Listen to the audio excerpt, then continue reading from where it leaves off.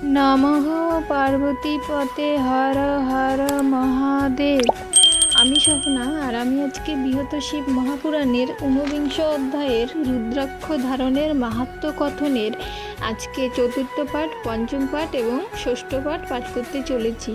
তো তোমরা সকলে চলে এসো বৃহৎ শিব মহাপুরাণের মধুর বাণী শ্রবণ করতে। আজকের শ্লোকটি হলো, শৈবম নাম তথা গঙ্গা বিবিতর যমুনা তথা রুদ্রাক্ষা বিধিজ্ঞা প্রোক্তা সর্বপাপ প্রণাশিনী। শ্লোকটির অনুবাদ আজকে 4 নম্বর পাঠ থেকে শুরু করছি। তো অনুবাদটি হলো, শিব ভক্ত এই মালা ধারণ করিবে আর বৈষ্ণবেরা উহা দ্বারাই জপিবে। ইচ্ছা কিংবা অনিচ্ছায় জপ যদি করে, রুদ্রাক্ষ মালার দ্বারা ফল তাতে ধরে। ইহার কারণে এই জগৎ মাঝারে রুদ্রাক্ষই সর্বশ্রেষ্ঠ জানিবে অন্তরে। যখন লক্ষ্মীর প্রার্থী হয় নরগণ, সুবর্ণ গুলিকা দ্বারা জপিবে তখন। যশোর্থী মুক্তির দ্বারা জপাদি করিবে, যশোর্থী মুক্তার দ্বারা জপাদি করিবে। স্ফটিকগুলিতে পুত্রকামীরা জপিবে। প্রবাল গুলিকা দ্বারা জপিলে সদাই শত্রুগণ বশীভূত হইবে নিশ্চয়। রজত গুলিকা দ্বারা বাহনের তরে অবশ্যই জপাদি করিবে নিরন্তরে।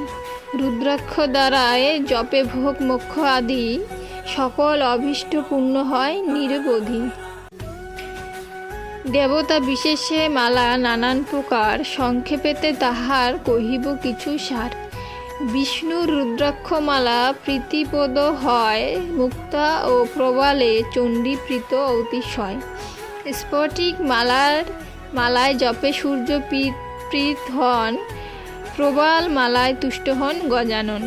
রুদ্রাক্ষ মালায় প্রীত হন মহেশ্বর, মুক্তাযুক্ত রুদ্রাক্ষে সন্তুষ্ট চক্রধর। নানা উপাসনা ভেদে নানান প্রকার যেই ফল পায়, কহিলাম কিছু সার। নানাবিধ রুদ্রাক্ষের যত ঋষিগণ যাহা যাহা ফল দেয় করেন বর্ণন। সংক্ষেপে তাহার বর্ণিব কিছু মাত্র, একমুখী রুদ্রাক্ষ সদাই সিদ্ধিপ্রদ। যেই স্থানে এই রুদ্রাক্ষ রয় অবস্থিত, সেই স্থানে অষ্টাসিদ্ধি সদা বিরাজিত। দ্বিমুখী রুদ্রাক্ষ যথা করে অবস্থান, সেই স্থানে লক্ষ্মী দেবী হন সন্নিধান। ত্রিমুখী রুদ্রাক্ষ যথা হয় অবস্থিত, তথায় সকল বিদ্যা রয় অধিষ্ঠিত। চতুর্বর্গ ফলদান করে চতুর্মুখী, পাপ ধ্বংস করয়ে রুদ্রাক্ষ পঞ্চমুখী। রুদ্রাক্ষ বদরী ফলাকৃতি যদি হয়, সুখ ও সৌভাগ্য ফল বর্ধিনী নিশ্চয়। আমলকি সদৃশ্য রুদ্রাক্ষ যদি হয়, সদাই সকল বিঘ্ন নাশিবে নিশ্চয়। ছোলার সদৃশ্য হয় পাতক নাশক, বহুপূর্ণ সুখভোগ ও মোক্ষদায়ক। গুঞ্জাফল রুদ্রাক্ষ যে সর্বার্থ সাধন, পণ্ডিতেরা এইরূপ করেন বর্ণন। যতই হইবে ক্ষুদ্র রুদ্রাক্ষ সকল, তাহাতে হইবে সদা সাধন সফল। রুদ্রাক্ষ যেমন শুভ ফলদান করে, অন্য কোনো রূপমালা তা দৃশ্য না ধরে। তাই হে মহর্ষিগণ, সর্বার্থ সাধন রুদ্রাক্ষকে ধারণ করিবে সর্বক্ষণ। যে জন রুদ্রাক্ষ নাহি করয়ে ধারণ, কিংবা ইহা দ্বারা জপ না করে কখনো কখনো, তাহারে স্পর্শ উচিত না হবে, তাহারে দেখিলে দূরে গমন করিবে। বিশেষত যাহারা হবেন শিব ভক্ত, তাদের ধারণ করা অবশ্য উচিত। রুদ্রাক্ষ ধারণ ফল যে করে বর্ণন, কিংবা ভক্তিমান হয়ে করায় ধারণ। এই উভয়ের শুভ হইবে নিশ্চয়, ইহাতে কোনো রূপ না আছে সংশয়। সকল বীজেই আছে অঙ্কুর নিশ্চিত, রুদ্রাক্ষ বীজ ও মুক্তি অঙ্কুর নিহিত। রুদ্রাক্ষ ধারণকারীদের হিতরে আরও অধিক ফল কহি অতঃপরে। রুদ্রাক্ষধারীকে যদি করে দর্শন, ভূত প্রেত পিশাচাদি করে পলায়ন। যাহার রুদ্রাক্ষমালা কণ্ঠেতে শোভন, তারে দেখে শিব বিষ্ণু অতিপ্রীত হন। একমুখী রুদ্রাক্ষ ধারণ করে যেই সলিল মজ্জনে তার কবুন ভয় নাই। দ্বিমুখী রুদ্রাক্ষ সদা করিলে ধারণ, শস্ত্রঘাতাদির ভয় করে নিবারণ। চতুর্মুখী রুদ্রাক্ষধারীর নিকেতনে চোর প্রবেশিলে অন্ধ হয় সেইক্ষণে। পঞ্চমুখী রুদ্রাক্ষ ধরয়ে যেই জন, সকল অনর্থ তার হয় বিনাশন। সকল জানিয়া ধর্মবৃদ্ধির কারণ, অবশ্য রুদ্রাক্ষমালা করিবে ধারণ। জনম মরণাশস্যে ভজন যখন, মলমূত্র রতিকালে নিষেধ ধারণ। স্নান দান জপ পিতৃ তর্পণ সময়, বিষ্ণু শিব পূজা শ্রাদ্ধে ধরিবে নিশ্চয়। ভক্তদাস রচে গীত রুদ্রাক্ষ মাহাত্ম্য, শ্রবণে শিবের প্রিয় হন সেই পাত্র। জ্ঞান সংহিতায় 49 অধ্যায়ে রুদ্রাক্ষ ধারণের মাহাত্ম্য কথন এখানেই সমাপ্ত হলো। আজকে বৃহৎ শিব মহাপুরাণের 49 অধ্যায়ের রুদ্রাক্ষ ধারণের মাহাত্ম্য কথন এখানেই সমাপ্ত হলো। এর পর দিন থেকে 20 অধ্যায় শুরু হবে। তো তোমরা সকলে অবশ্যই চেষ্টা করবে। এই যে 49 অধ্যায়ের রুদ্রাক্ষ ধারণের মাহাত্ম্য কথন আমার পাঠ করে খুব ভালো লেগেছে।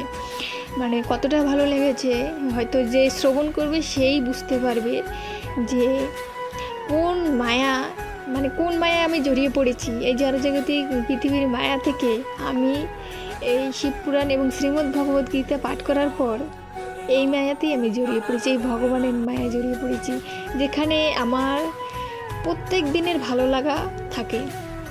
মানুষের এমন দিন যায় যে মানুষের খারাপ লাগা থাকে, কিন্তু আমার এমন দিন যায় না যে আমার খারাপ লাগা থাকবে, কারণ আমি প্রতিদিন ভগবানের এই নাম জপ এবং শ্রীমদ্ ভগবদ্ গীতা পাঠ, শিবপুরাণ পাঠ করি, যেখান থেকে মানে ভগবানের সম্পর্কে এত কিছু জানতে পারি, এত ভালো লাগা তৈরি হয় মানে বলার বাইরে। এবং আমি অনেক কিছু জানতাম না, যখন থেকে আমি এই শিবপুরাণ পাঠ করি, বাবা ভোলেনাথের, মাতা পার্বতীর কথন কাহিনী জানতে পারি, এখানে অনেক ভালো লাগা আছে। তোমরা একবার শিবপুরাণ পাঠ না করতে পারলে একবার শ্রবণ করে দেখো। আমার আইডিতে, আমার স্বপ্নের দুনিয়া আইডিতে শ্রীমদ্ ভগবদ্ গীতা পাঠ আছে, ওখানে শ্রীমদ্ ভগবদ্ গীতা পাঠ পেয়ে যাবে প্রত্যেক দিন। আর স্বপ্নের ভ্রমর আইডিতে শিবপুরাণ পাঠ আমি আপলোড করি ভিডিও প্রত্যেক দিন, তো এখানে শিবপুরাণ পাঠ পেয়ে যাবে এই আইডিতে। তো তোমরা সকলে অবশ্যই চেষ্টা করবে। জীবনে আমরা এমন অনেক কিছু পারি না, আমাদের হয় না, যেগুলো আমাদের ভাগ্যে থাকে না, কিন্তু আমরা চাইলেই কিন্তু ভগবানের এই নাম জপ, ভগবানের শিবপুরাণ পাঠ, ভগবান সম্পর্কে জানা, শ্রীমদ্ ভগবদ্ গীতা পাঠ, এখান থেকে কিন্তু আমরা আমাদের ভালো লাগা তৈরি করতে পারি। আমরা চাইলেই ভগবানের ভক্ত হতে পারি। ভগবান আমাদেরকে অনেক ভালোবাসে, আমি মনে করি। তোমরা সকলেও সেটাই মনে করো, এবং তোমরা সকলে অবশ্যই যদি শ্রীমদ্ ভগবদ্ গীতা পাঠ বা শিবপুরাণ পাঠ করো, তাহলে তোমরাও বুঝতে পারবে ভগবানই আমাদেরকে পৃথিবীতে সব থেকে বেশি ভালোবাসে। আমরা মানুষের ভালোবাসা খুঁজতে যাই জড়প্রাকৃতিক পৃথিবীতে মায়ায় পড়ে, আসলে আমাদের যে ভালোবাসে আমরা তাকেই বুঝতে পারি না, তাকেই আমরা ভালোবাসি না। আমরা কখনো জানতেই চাই না যে ভগবান আমাদের কতটা ভালোবাসে। তো ভালোবাসা যেখানে আছে তোমরা সেখানেই যাও, অযথা অন্য কোথায় গিয়ে সময় নষ্ট করো না। ভালোবাসা আছে আমাদের ভগবানের কাছে, ভগবানই তো প্রথম প্রেম, বিবাহ এগুলো আমাদের শিখিয়েছে, কিভাবে ভালোবাসতে হয় শিখিয়েছে।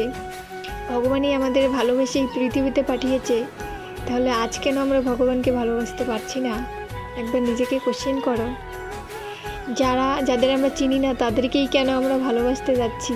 যে ভগবান আমাদেরকে ভালোবেসে পাঠিয়েছে, আমরা সেই ভগবানকেই কেন ভুলে যাচ্ছি? একবার ভগবানকেও ভালোবেসে দেখো, মায়া কাকে বলে, ভালোবাসা কাকে বলে, এখান থেকেই তো বুঝতে পারবে ভালোবাসা কি। তা ভগবানকে ভালোবাসলেই বুঝতে পারবে। ওই জড়জাগতিক প্রকৃতির মিথ্যে মায়ায় পড়ে, মিথ্যে ভালোবাসায় পড়ে এই জীবন নষ্ট করে, মানে এই জীবনটাই বৃথা করে দিচ্ছে অনেকে।